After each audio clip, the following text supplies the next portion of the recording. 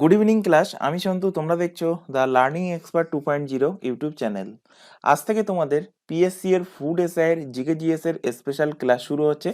তো প্রত্যেকটা ক্লাসে আমরা 25টা করে জিকে জিএস এর র্যান্ডাম কোশ্চেন করব এবং কোশ্চেনের সাথে সাথে যে 4টে করে অপশান থাকবে সেই 4টে অপশানও কিন্তু আমরা রিলেট করব, অর্থাৎ বাকি 4টে অপশানগুলো কিন্তু আমরা সেই কোশ্চেনের রেসপেক্টে বা তার সাথে অন্য কোনো ফ্যাক্টের সাথে আমরা কিন্তু আলোচনা করব। তো এর ফলে কি হবে, একটা কোশ্চেনের দ্বারা কিন্তু অনেকগুলো ফ্যাক্ট একটা কোশ্চেনের মধ্যে আলোচনা হয়ে যাবে।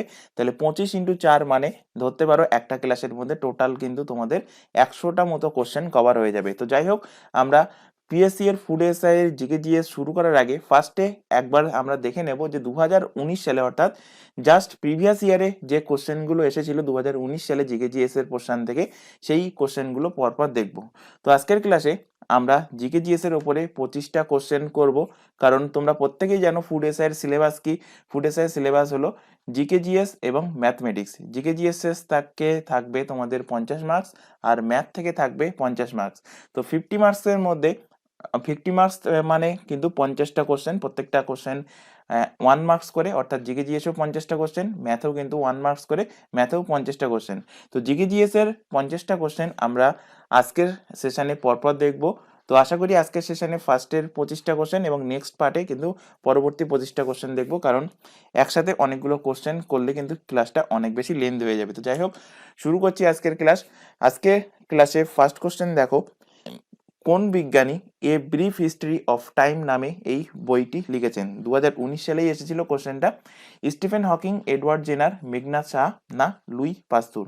তো এর অ্যান্সার কি হবে? সঠিক অ্যান্সার হবে Stephen Hawking A Brief History of time এই বইটা কিন্তু লিখেছেন।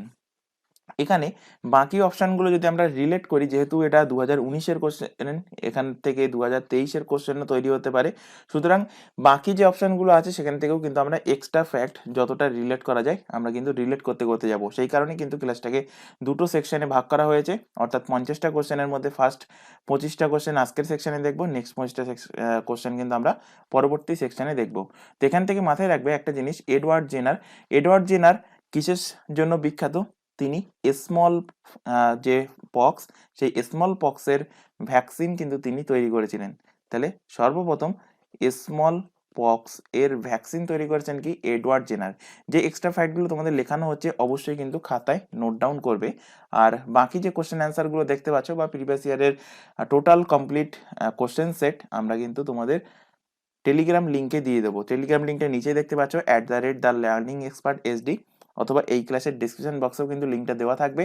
সেটার উপর ক্লিক করলে তোমরা সেই টেলিগ্রাম লিঙ্ক থেকে যে ক্লাসগুলো হচ্ছে বা তোমাদের এই ফুড এসআই রিলেটেড যে ক্লাসগুলো নেওয়া হবে, প্রত্যেকটা ক্লাসের পিডিএফ তোমরা সেখান থেকে ডাউনলোড করতে পারবে। চলে আসো পরবর্তী কোশ্চেন। শান্তি স্বরূপ ভাটনাগর পুরস্কার সঙ্গে যুক্ত কোন সেকশনটা?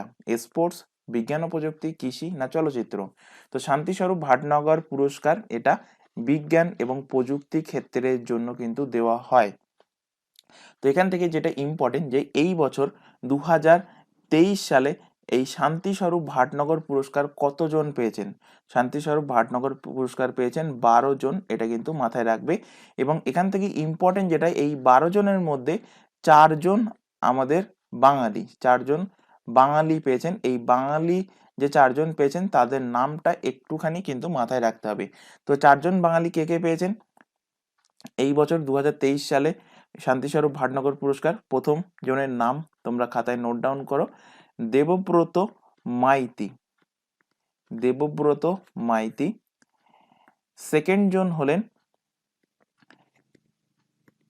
দীপ্যমান গঙ্গোপাধ্যায়।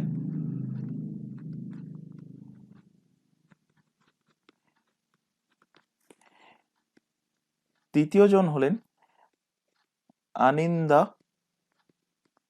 দাস।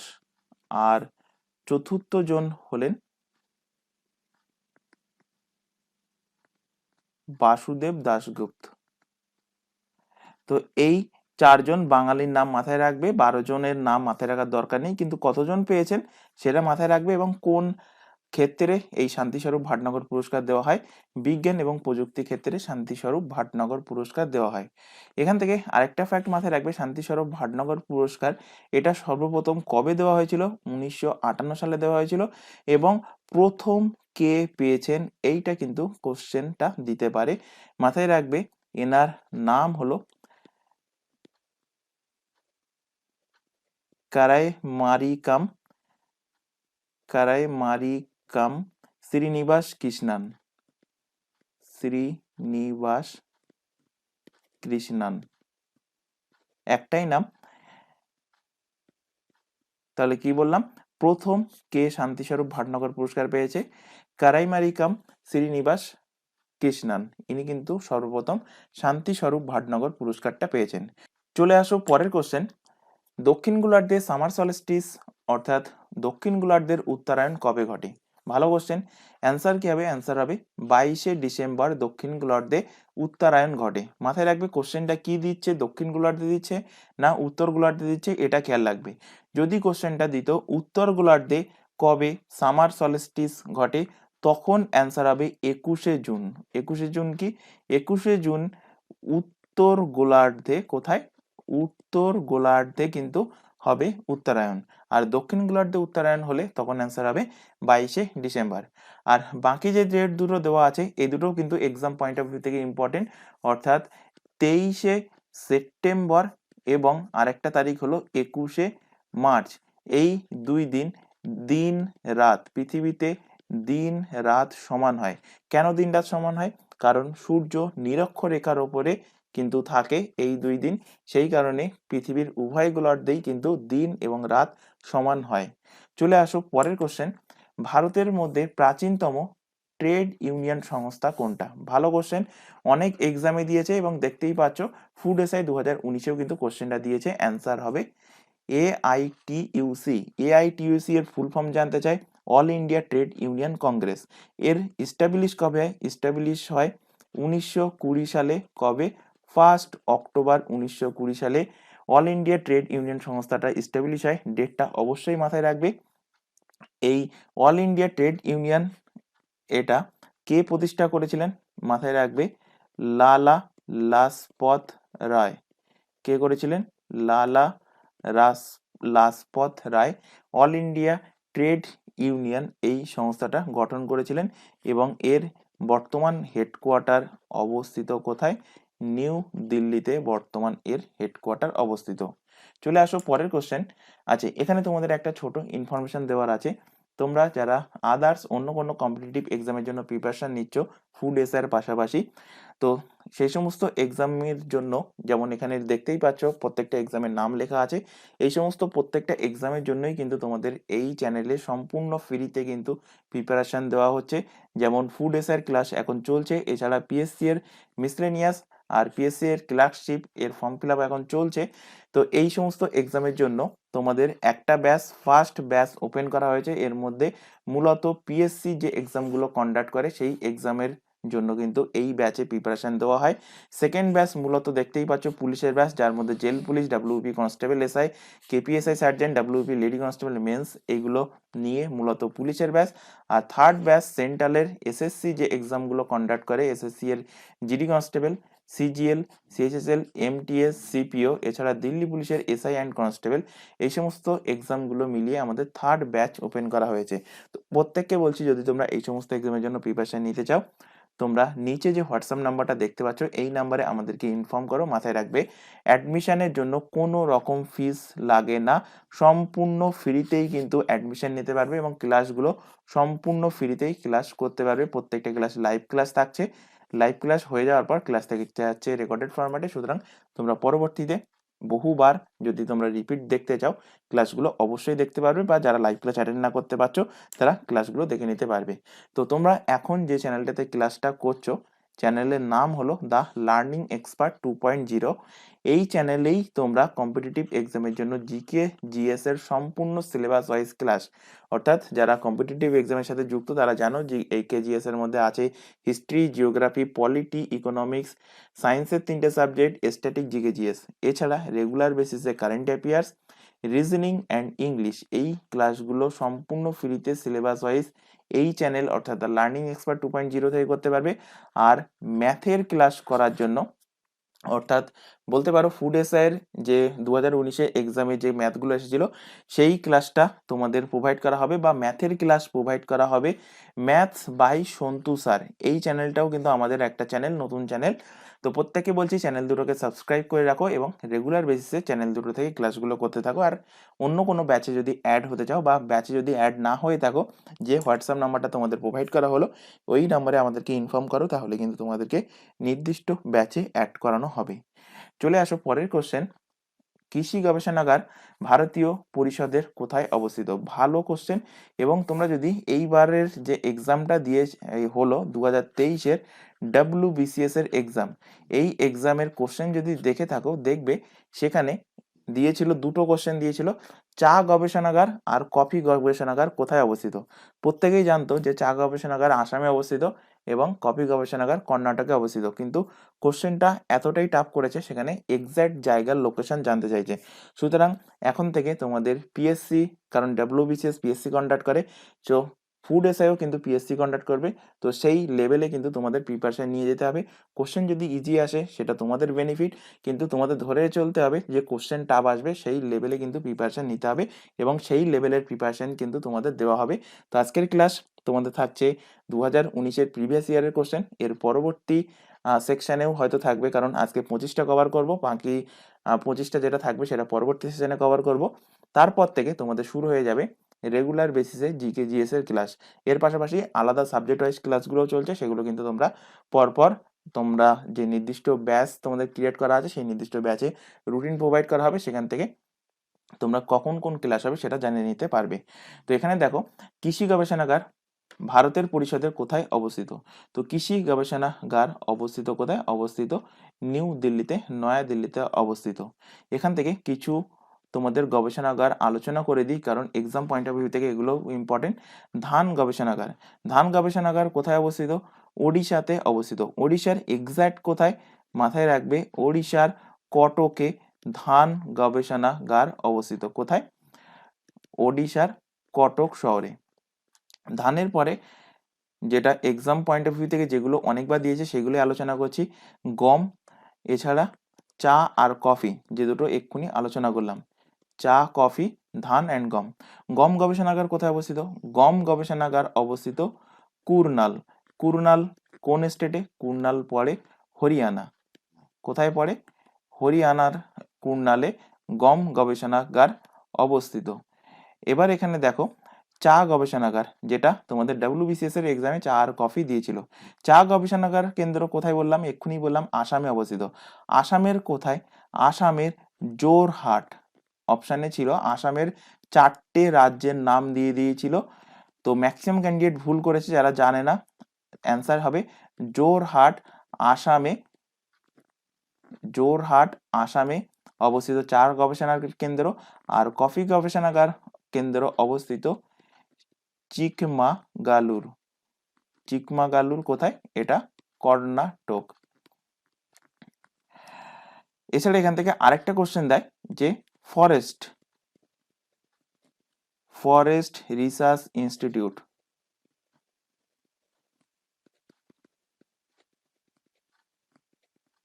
এটা কোথায় অবস্থিত? এটা অবস্থিত উত্তরাখণ্ডের দেরাদুন। দেরাদুন, উত্তরাখণ্ড। যে ফ্যাক্টগুলো লেখানো হচ্ছে প্রত্যেকে বলছি অবশ্যই অবশ্যই খাতায় নোট ডাউন করবে, কারণ প্রত্যেকটা ফ্যাক্টই কিন্তু এক্সাম পয়েন্ট অফ ভিউ থেকে ইম্পর্টেন্ট। চলে আসো পরের কোশ্চেন, জিরো আওয়ার কি?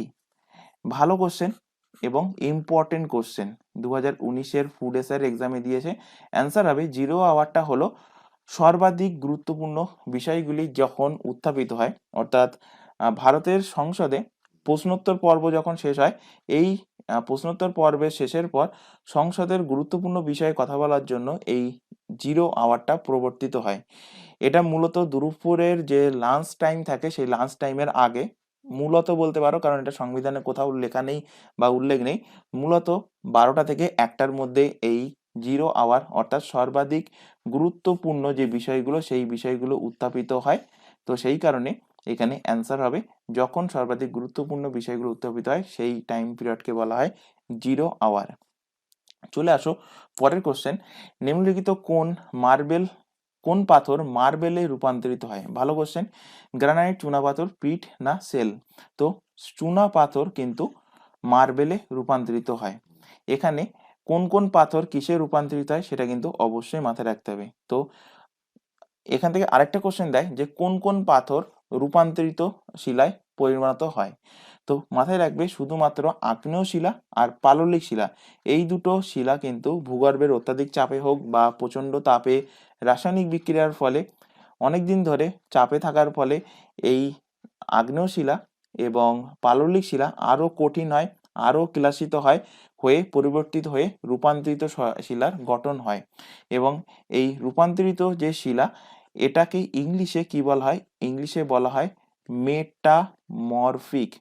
কোশ্চেন দিয়েছিল মেটামরফিক কি এক প্রকার কি শব্দ? তো এটা এক প্রকার গ্রিক শব্দ। তো এখান থেকে যে কোশ্চেনটা দেবে যে ব্যাসল্ট এর রূপান্তরিত শিলা মানে অ্যামফিবোলাইট কিসের পরিবর্তিত রূপ? এইভাবে দিতে পারে। কোয়ার্টজাইট কিসের পরিবর্তিত রূপ? সেলেট কোন পাথরের পরিবর্তিত রূপ? তো এখান থেকে আমি ফ্যাক্টগুলো লিখিয়ে দিচ্ছি, একটুখানি খাতায় তোমরা কষ্ট করে নোট ডাউন করে রাখবে। আগ্নেয় শিলা, আগ্নেয় শিলা, আর এদিকে রূপান্তরিত শিলা। তো আগ্নেয় শিলার মধ্যে 1 নম্বর দাও গ্রানাইট শিলা। গ্রানাইট রূপান্তরিত হয়ে কিসে পরিণত হয়? গ্রানাইট রূপান্তরিত হয়ে নিস বা নাইস বলতে পারো, ইংলিশ নেম লিখে দিচ্ছি, অনেকে নিস বা নাইস উচ্চারণ করে, তো নাইস বা নিস শিলায় পরিবর্তিত হয়, সেটা কি? গ্রানাইট শিলা। ব্যাসল্ট কিসে পরিবর্তিত হয়? এগুলো কিন্তু সব আমরা ছোটবেলায় পড়ে এসেছি। ব্যাসল্ট পরিবর্তিত হয় অ্যামফিবোলাইটে। অ্যামফিবোলাইট। তো এই দুটো গেল আগ্নেয় শিলা থেকে। এবার কি বলেছিলাম ফার্স্টেই, যে আগ্নেয় শিলা আর পাললিক শিলা এই দুটো কিন্তু রূপান্তরিত হয়। তাহলে পাললিক শিলা মধ্যে কি কি? পাললিক শিলা হলো একটা হলো বেলে পাথর, বেলে পাথর, চুনা পাথর, যেটা এক্ষুনি আলোচনা করলাম, চুনা পাথর পরিবর্তিত হয়ে কি হয়? মার্বেলে রূপান্তরিত হয়। আর একটা দেয় কাদা পাথর। তো বেলে পাথর পরিবর্তিত হয়ে কিসে পরিণত হয়? এটা পরিবর্তিত হয় কোয়ার্টজাইট, কোয়ার্টজাইটে পরিবর্তিত হয় অর্থাৎ রূপান্তরিত হয়। চুনা পাথর রূপান্তরিত হয়ে এক্ষুনি আলোচনা করলাম কিসে? মার্বেল বা শ্বেত পাথর। অনেক সময় কোশ্চেনে শ্বেত পাথর থাকতে পারে, তো শ্বেত পাথর মানে কি? মার্বেল। মার্বেলে রূপান্তরিত হয় কি? চুনা পাথর। আর কাদা পাথর রূপান্তরিত হয়ে আমরা ছোটবেলায় যে সেলেটে লিখতাম, সেই সেলেট বা সিস্ট, সেলেট বা সিস্টে রূপান্তরিত হয়।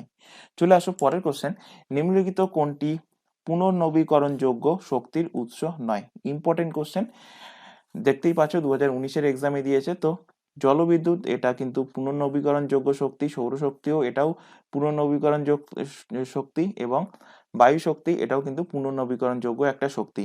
তো যেটা নয় সেটা হলো কি? জ্বালানি কোষ একটা পুনর্নবীকরণযোগ্য শক্তির উৎস নয়। তো অপশন নাম্বার সি এর কিন্তু সঠিক অ্যান্সার।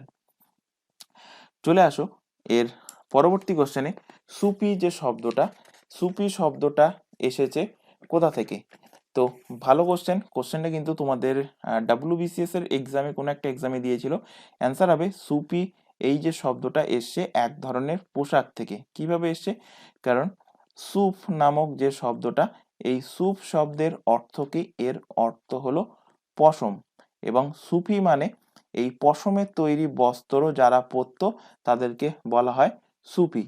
এবং এই সুফি তাহলে কি? সুফি হলো এক ধরনের পোশাক, অর্থাৎ সুফি শব্দটা এসেছে এক ধরনের পোশাক থেকে।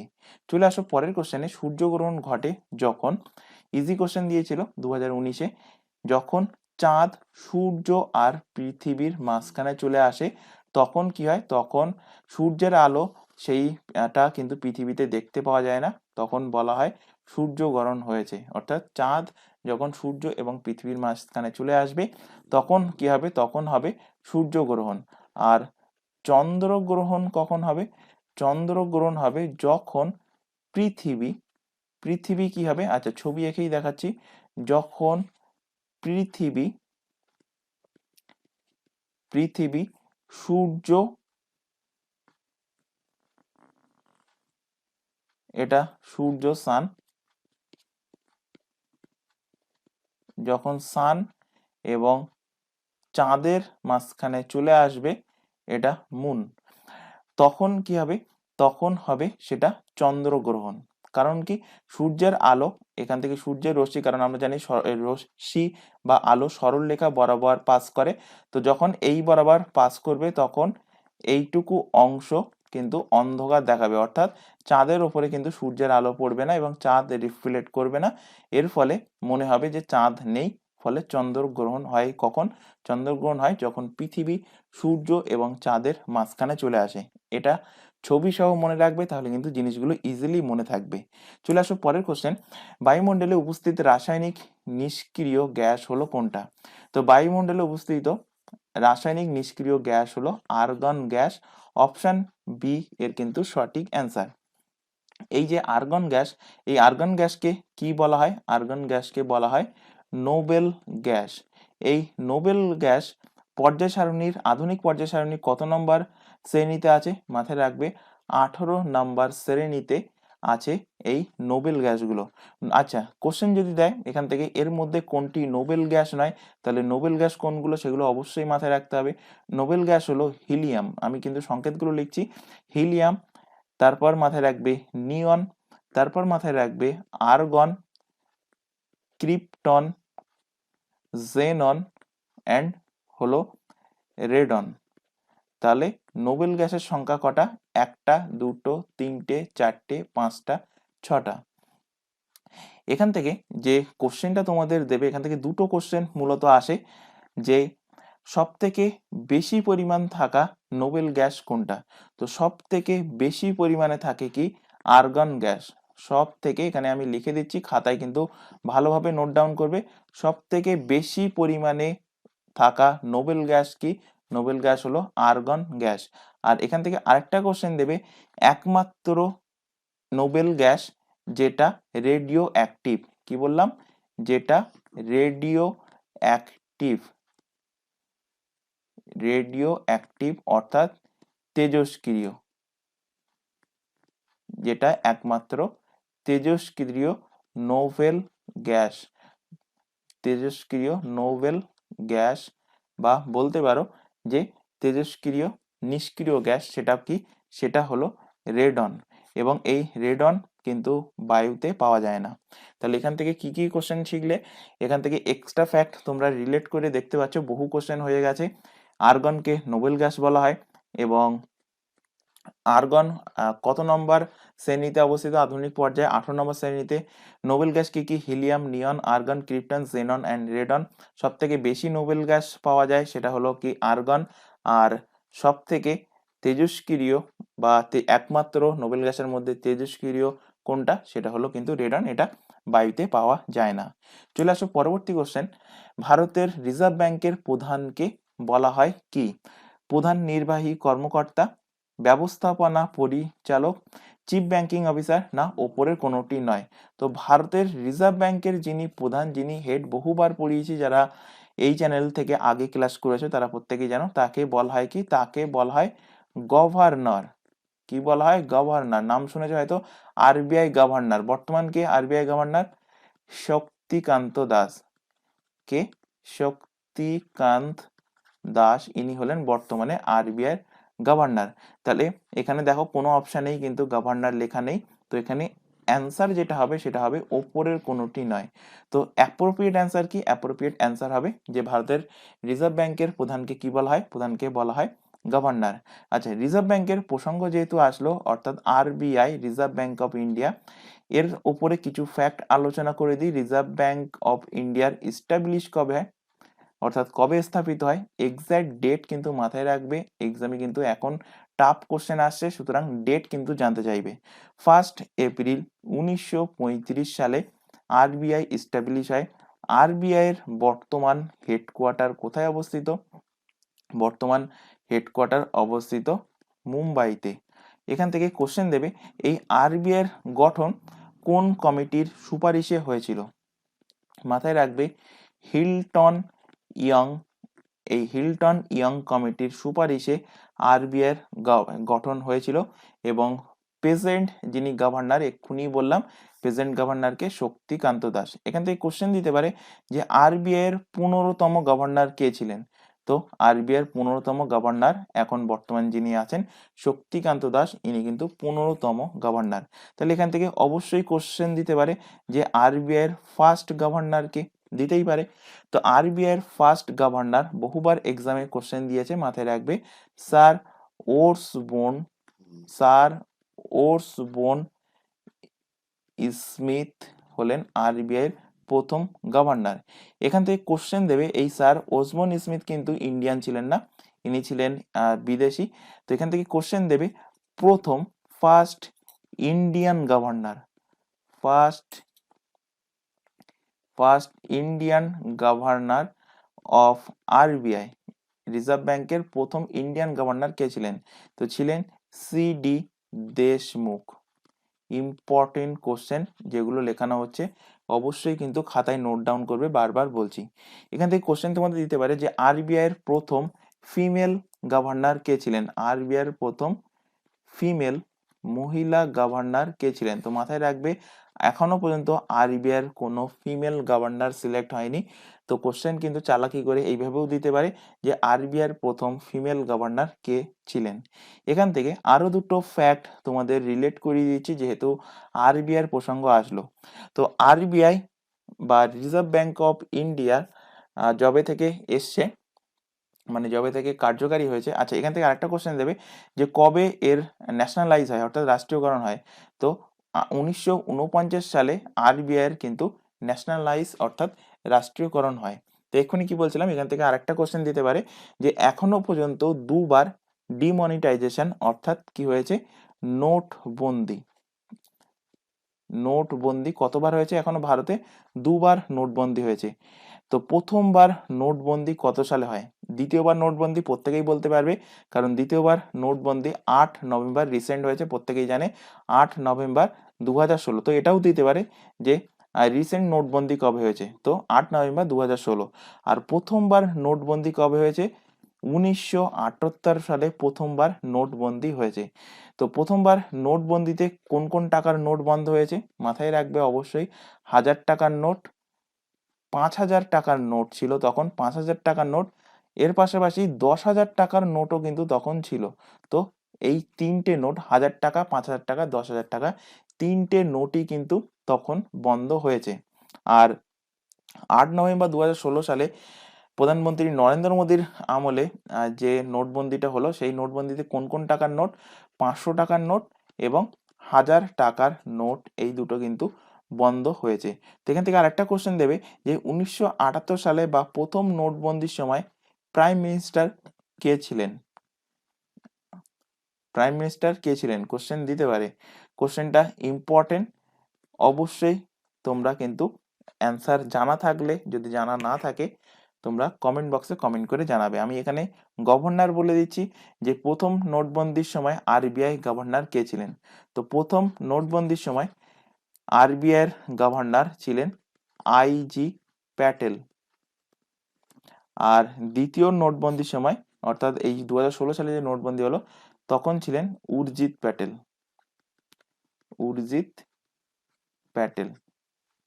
তাহলে তোমাদের একটা কোশ্চেন টাস্ক দিলাম কি, যে প্রথম নোটবন্দি যখন হয়েছিল তখন ভারতের প্রধানমন্ত্রী কে ছিলেন? 1978 সালে ভারতের প্রধানমন্ত্রী কে ছিলেন?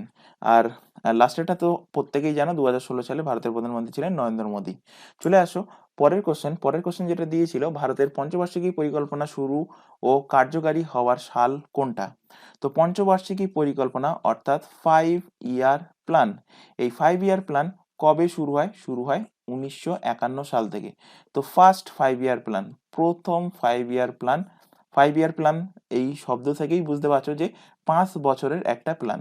তো ফার্স্ট 5 ইয়ার প্ল্যান এটা শুরু হয় কবে বলেছিলাম, এক্ষুনি বললাম 1951 থেকে।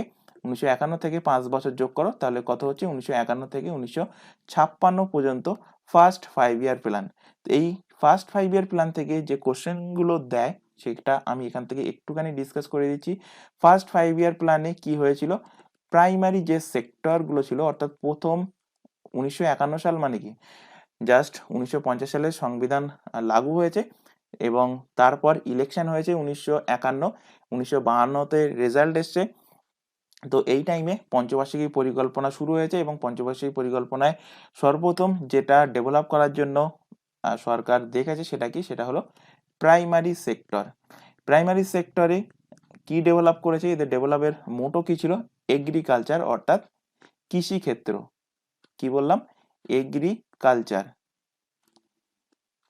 এগ্রিকালচার, তো এগ্রিকালচার সেক্টরের দিকে ডেভেলপ করা হয়েছে ফার্স্ট 5 ইয়ার প্ল্যানে। মোটোই ছিল ডেভেলপমেন্ট অফ এগ্রিকালচার। এবং ফার্স্ট 5 ইয়ার প্ল্যান থেকে একটা ফ্যাক্ট মাথায় রাখবে, এটাকে কি বলা হয়, এটাকে বলা হয় হ্যারোড ডোমার মডেল। হ্যারোড ডোমার মডেল কোন 5 ইয়ার প্ল্যানকে বলা হয়, বহুবার কোশ্চেন দিয়েছে, মাথায় রাখবে। ফার্স্ট 5 ইয়ার প্ল্যানকে বলা হয় হ্যারোড ডোমার মডেল। এবং এখান থেকে আরেকটা কোশ্চেন তোমাদের এক্সামে দিয়েছিল যে আইআইটি, বর্তমান ভারতে যে আইআইটি আছে, এই আইআইটির এস্টাবলিশ হয় এই 5 ইয়ার ফার্স্ট 5 ইয়ার প্ল্যানে। চলে আসো সেকেন্ড 5 ইয়ার প্ল্যান। এখানে 12টা, আচ্ছা এখান থেকে একটা কোশ্চেন বলি যে ভারতে পঞ্চবার্ষিকী পরিকল্পনা কটা হয়েছে, তো টোটাল কিন্তু 12টা পঞ্চবার্ষিকী পরিকল্পনা হয়েছে। তার মধ্যে 2টো কি 3টে আমি এখন আলোচনা করে দিচ্ছি, বাকিগুলো পরবর্তী ক্লাস যখন চলতে থাকবে তখন কিন্তু আমি ডিটেলসে ডিসকাস করে দেবো, কারণ এই 5 ইয়ার প্ল্যান থেকে একটা কিংবা দুটো করে কোশ্চেন কিন্তু অবশ্যই আসে। তো second 5 year plan, second 5 year plan, second 5 year plan এটা কত থেকে কত, তাহলে এর জাস্ট পরে অর্থাৎ 1956 থেকে আবার 5 বছরের জন্য 1961 সাল পর্যন্ত কিন্তু এটা চলেছিল। এবং সেকেন্ড 5 ইয়ার প্ল্যানকে বলা হয় পিসি মহালানোবিশ মডেল। পিসি মহালানোবিশ মডেল বলা হয় সেকেন্ড 5 ইয়ার প্ল্যানকে। এবং সেকেন্ড 5 ইয়ার প্ল্যানে কোন সেক্টরের দিকে ডেভেলপ করা হয়, পাবলিক সেক্টরের দিকে ডেভেলপ করা হয়। অর্থাৎ এদের মোটো ছিল কি, এদের মোটো ছিল যে ইন্ডাস্ট্রি আনতে হবে, অর্থাৎ ইন্ডাস্ট্রিলাইজেশন ছিল এদের মোটো। তাহলে ফার্স্টে মোটো ছিল এগ্রিকালচার অর্থাৎ ফার্স্ট 5 ইয়ার প্ল্যানে। সেকেন্ড 5 ইয়ার প্ল্যানে দেখলো এখানে কলকারখানা অর্থাৎ ইন্ডাস্ট্রি আনতে হবে, তো ইন্ডাস্ট্রিয়ালাইজেশন অর্থাৎ পাবলিক সেক্টরের দিকে ডেভেলপ করেছে সেকেন্ড 5 ইয়ার প্ল্যানে। এবং সেকেন্ড 5 ইয়ার প্ল্যানেই কিন্তু ভিলাই, দুর্গাপুর, রাউরকেলা এই সমস্ত যে স্টিল প্ল্যান্টগুলো আছে এগুলোর কিন্তু স্থাপন হয়েছিল। এখানে চলে আসো third 5 year plan. Third 5 year plan কত সাল থেকে কত সাল, থার্ড 5 ইয়ার প্ল্যান 1961 থেকে 1966 সাল পর্যন্ত। এবং থার্ড 5 ইয়ার প্ল্যানকে কি বলা হয়, একে বলা হয় গাডগিল যোজনা। গাডগিল যোজনা। তো এখানে এই তিনটে আলোচনা করে আমি এখানে স্টপ করছি, কারণ 12টা আলোচনা করা এখন সম্ভব নয়। পরবর্তী ক্লাসে আমি আলোচনা করে দেবো। তবু এখানে যে ফ্যাক্টগুলো আলোচনা করলাম প্রত্যেকটা লাইন থেকে কিন্তু কোশ্চেন দেয়। পঞ্চবার্ষিকী পরিকল্পনা তাহলে কি বললাম, কটা হয়েছে, টোটাল 12টা পঞ্চবার্ষিকী পরিকল্পনা হয়েছে। পঞ্চবার্ষিকী পরিকল্পনা উঠে গেছে কিন্তু 2014 সালে। উঠে যাওয়ার পর এর পরিবর্তে কি আসে, এর পরিবর্তে আসে নীতি আয়োগ। নীতি আয়োগ কবে স্টাবলিশ হয়, 1 জানুয়ারি 2015-তে নীতি আয়োগের স্টাবলিশ হয়। নীতি আয়োগের যিনি চেয়ারম্যান, যিনি হেড, যিনি প্রাইম মিনিস্টার থাকবেন, অর্থাৎ বর্তমানে নরেন্দ্র মোদী আছেন এনার চেয়ারম্যান। আর নীতি আয়োগের সিও কে, নীতি আয়োগের যিনি ডেপুটি চেয়ারম্যান আছেন তিনি কে, এগুলো কিন্তু অলরেডি কারেন্ট অ্যাফেয়ার্সের ক্লাসে আলোচনা করেছি। তো প্রত্যেককে বলছি প্রতিটা ক্লাস কিন্তু তোমাদের এক্সামের জন্য ইম্পর্টেন্ট। শুধুমাত্র ফুড এসআই এর স্পেশাল জিকে জিএস করানো হচ্ছে বলতে এইটুকুর মধ্যে সীমাবদ্ধ থাকবে না। এছাড়া তোমাদের এই যে জিকে জিএস এর ক্লাসটার পাশাপাশি আদার্স যে ক্লাসের তোমাদের যে কি বলে ওটাকে, ওই রুটিন যে প্রোভাইড করা আছে, রুটিনটা কিন্তু ফলো করবে। কারণ রুটিনে তোমাদের এক্সাম ওরিয়েন্টেড হিসাবেই কিন্তু ক্লাসগুলো সিলেক্টিভভাবে দেওয়া আছে, যে কোন কোন ক্লাস তোমাদের করতে হবে এবং কোন ক্লাস কখন টাইমিংয়ে কোন টাইমিংয়ে হচ্ছে সেগুলো কিন্তু দেওয়া আছে। তো সেই টাইম অনুযায়ী কিন্তু অবশ্যই ক্লাসগুলো জয়েন করবে এবং তোমাদের কিন্তু নির্দিষ্ট টাইমে ক্লাস লিঙ্কও প্রোভাইড করা হয়। তো ক্লাস লিঙ্ক তোমরা ক্লিক করে ক্লাসে জয়েন হয়ে যেতে পারবে। তাই প্রত্যেককে বলছি এখন থেকেই সিনসিয়ার হয়ে যাও, কারণ দেখতেই পাচ্ছ যে ডাব্লিউবিসিএস এর এক্সামের লেভেল কোথা থেকে কোথায় নিয়ে যাওয়া হয়েছে, অর্থাৎ 2022-এ কেমন কোশ্চেন এসেছিল এবং 2023-এ কেমন কোশ্চেন এসছে। সেই কারণে তোমরা আশা করো না যে ফুড এসআই মাধ্যমিক লেভেলের হলেও এর কোশ্চেন কিন্তু তোমাদের টাফ থাকবে, কারণ ভ্যাকান্সি অনেক কম এবং অ্যাপ্লাইয়ের সংখ্যা কিন্তু বহু বেশি। প্রায় দেখছিলাম আমি একটা পেপারে প্রায় 10 থেকে 12 লাখ ক্যান্ডিডেট কিন্তু অ্যাপ্লাই করেছে। সেই কারণে মাথায় রাখবে, আর ভ্যাকান্সি 500-রও কম। তো মাথায় রাখবে যে কত ইস্টু কত রেশিও আসছে, সো সেইভাবে প্রিপারেশন নাও। এক্সাম কিন্তু হার্ড হবে এবং হার্ড লেভেল এক্সাম অনুযায়ী কিন্তু প্রিপারেশন নেবে। চলে আসো পরের কোশ্চেন। পরের কোশ্চেন যেটা দিয়েছিল, পাবলিক সেক্টরে বিলগ্নীকরণকে বলা হয় কি? তো পাবলিক সেক্টরে বিলগ্নীকরণকে বলা হয় কি? বলা হয় উদারীকরণ। অপশন নাম্বার এ এর কিন্তু সঠিক অ্যান্সার। চলে আসো। আচ্ছা, পাবলিক সেক্টর বলেছে, এখানে ভুল হয়ে গেল। পাবলিক সেক্টরের বিলগ্নীকরণকে বলা হয় ব্যক্তিগতকরণ বা প্রাইভেটাইজেশন। অপশন নাম্বার ডি এর কিন্তু সঠিক অ্যান্সার হবে। ফার্স্টে ভুল বলেছিলাম, একটুখানি কারেকশন করে নেবে। ব্যক্তিগতকরণ বা প্রাইভেটাইজেশন বলা হয় পাবলিক সেক্টরের বিলগ্নীকরণকে। চলে আসো পরের কোশ্চেনে।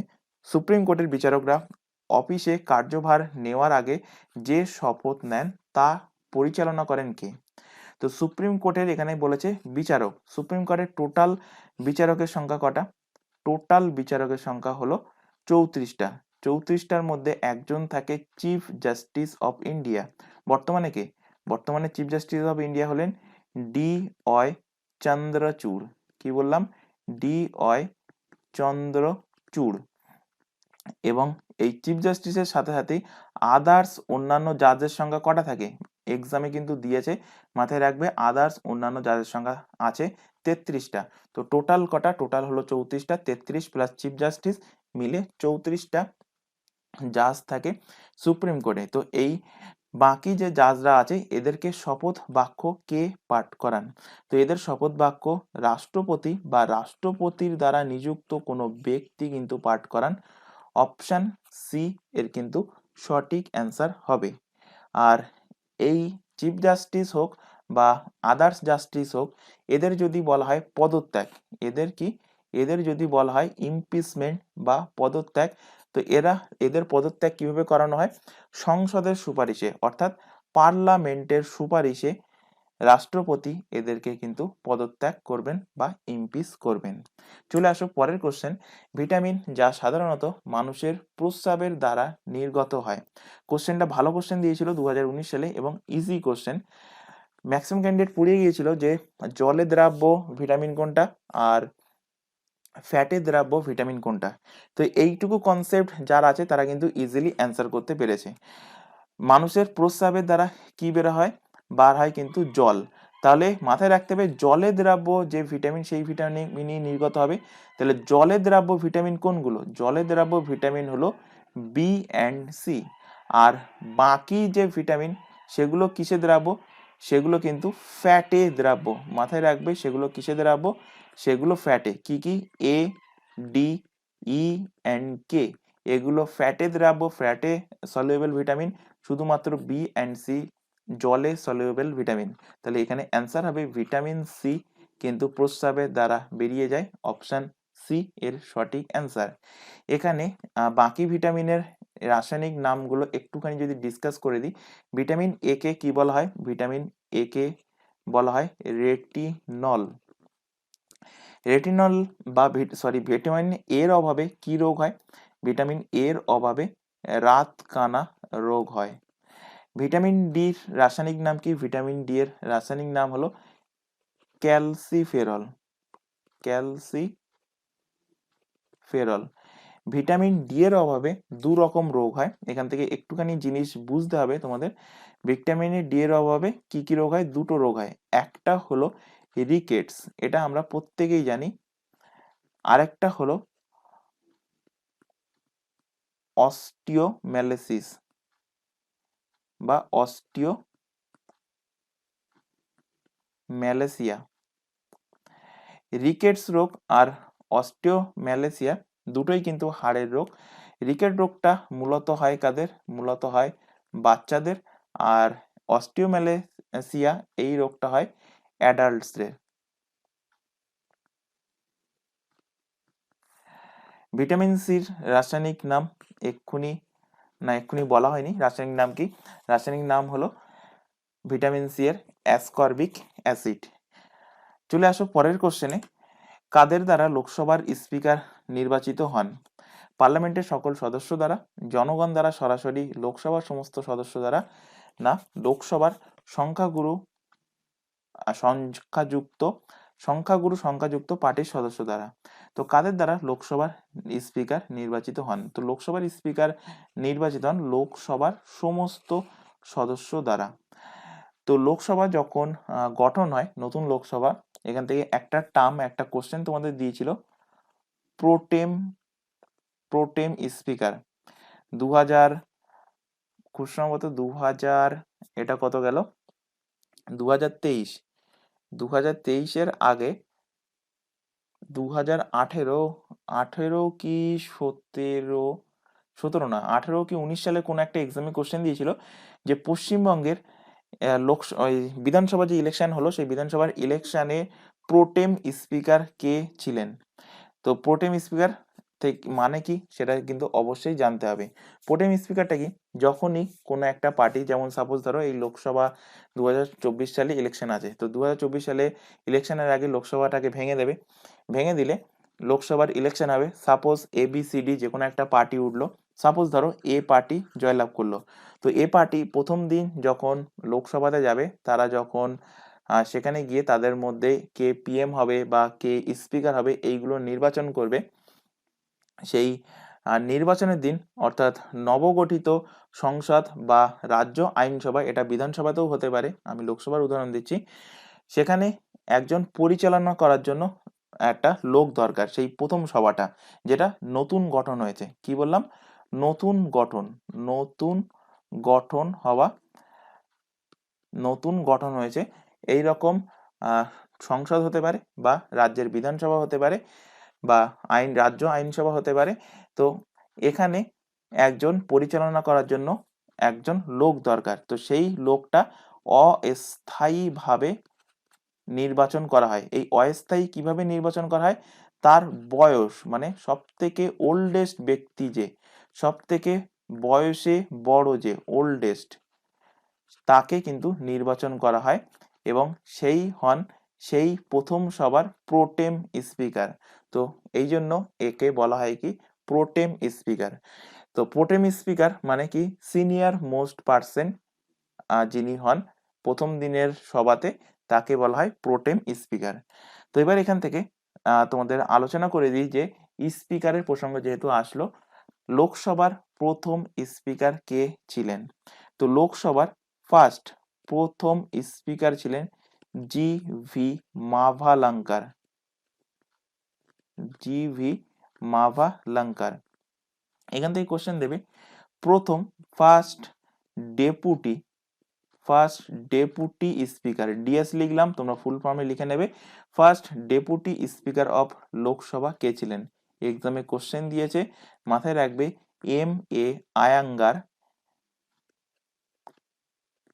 MA আয়াঙ্গার ছিলেন প্রথম লোকসভার ডেপুটি স্পিকার। এখান থেকে কোশ্চেন দেবে বা দিয়েছে বহুবার, প্রথম মহিলা স্পিকার অফ লোকসভা কে? নাম অবশ্যই প্রত্যেকে জানো, তার নাম হলো মীরা কুমার। আর দ্বিতীয়, কারণ এখনো পর্যন্ত মাত্র দুজনই কিন্তু মহিলা স্পিকার হয়েছেন লোকসভার, তো দ্বিতীয় মহিলা স্পিকার কে হয়েছেন, এনার নামটাও মাথায় রাখবে, সুমিত্রা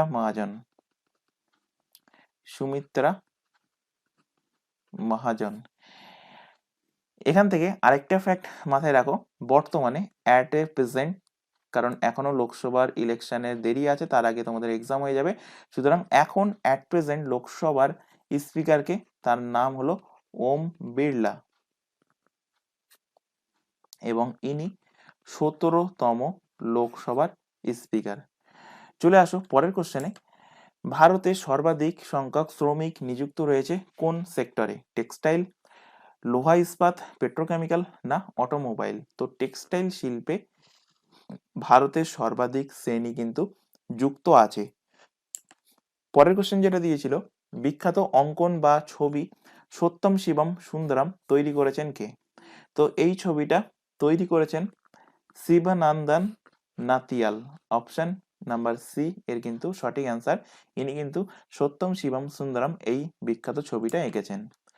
পরের কোশ্চেন যেটা দিয়েছিল, কোনটিতে ক্যালসিয়াম সামগ্রী সর্বাধিক থাকে? তো ক্যালসিয়াম সামগ্রী সব থেকে বেশি থাকে এই চারটে অপশনের মধ্যে বাজরা এর কিন্তু অ্যান্সার হবে, বাজরা বা রাগি হবে এর সঠিক অ্যান্সার।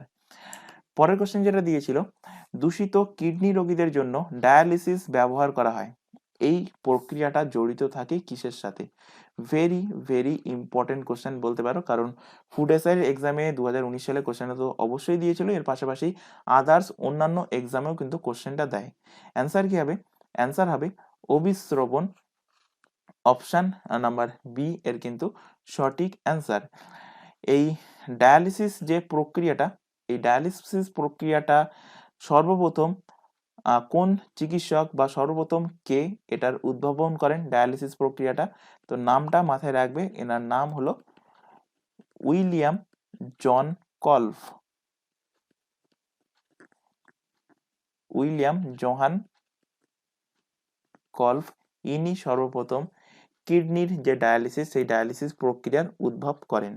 এবং কিডনি খারাপ যখন হয়ে যায়, এই ডায়ালিসিসের মাধ্যমে অর্থাৎ অভিস্রবণের মাধ্যমে দূষিত যে রক্ত, অর্থাৎ রক্তের মধ্যে যে বর্জ্য পদার্থ থাকে সেটাকে পরিশোধন করা হয়।